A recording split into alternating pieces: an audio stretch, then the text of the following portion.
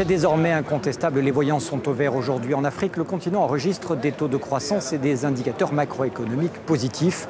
Les nouveaux capitaux affluent vecteurs de financements innovants.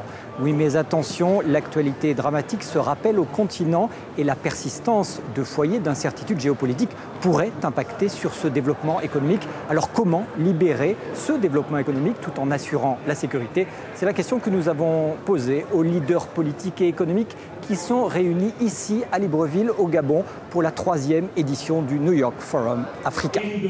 Prenons l'exemple du Rwanda. 20 ans après le génocide, le pays est devenu un symbole de réussite économique. D'après le rapport du Centre africain pour la transformation économique, le Rwanda se classe parmi les 10 premiers pays au monde pour la rapidité de la croissance de son produit intérieur brut entre 2000 et 2010. Nous sommes persuadés que la sécurité, facteur de bonne gouvernance, est extrêmement importante pour le développement du continent africain. C'est ce que nous avons vu au Rwanda. Mais nous croyons aussi que l'Afrique ne doit pas être considérée comme un bloc homogène où régnerait la sécurité ou l'insécurité. Il y a des poches de conflit, mais il y a aussi beaucoup de zones sûres en Afrique, des régions qui sont prêtes à saisir toutes les opportunités de développement économique qui s'offrent à elles. Et en ce qui concerne les pays confrontés à l'insécurité, on ne peut pas dire « attendons déjà que les conflits soient résolus et après on pensera au développement économique ». Je pense qu'on peut agir sur ces deux axes simultanément.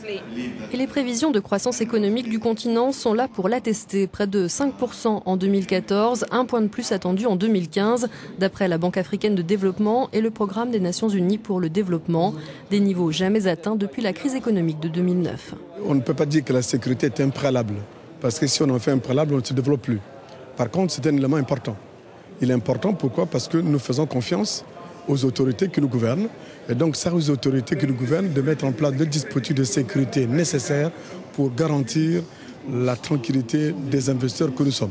Parce que nous n'avons pas, en tant qu'industriels, en tant que financiers, les moyens et les mécanismes de mettre en place un dispositif de sécurité qui permet de rassurer l'ensemble de nos dispositifs économiques. Mais l'Afrique est aussi une terre de contraste. Illustration avec le Nigeria. Le pays est considéré comme la locomotive économique de l'Afrique, mais aussi comme sa plus importante source d'inquiétude.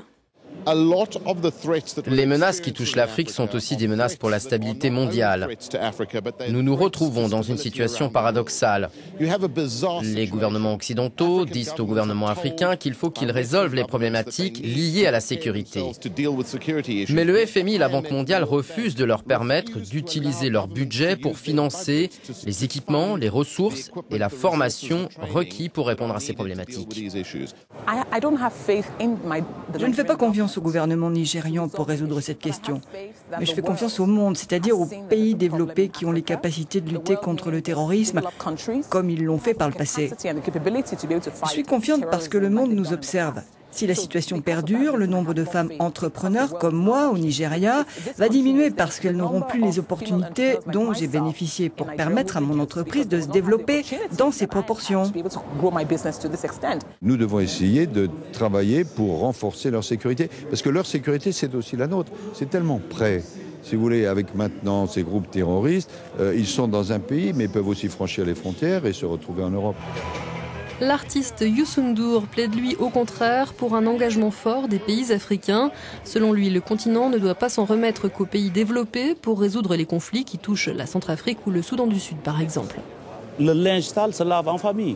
Il faut aussi que les rencontres se fassent beaucoup plus en Afrique, pas seulement en Europe où on décide des choses. Symboliquement, ça doit parler aux populations que les solutions ou en tout cas les discussions partent de l'Afrique.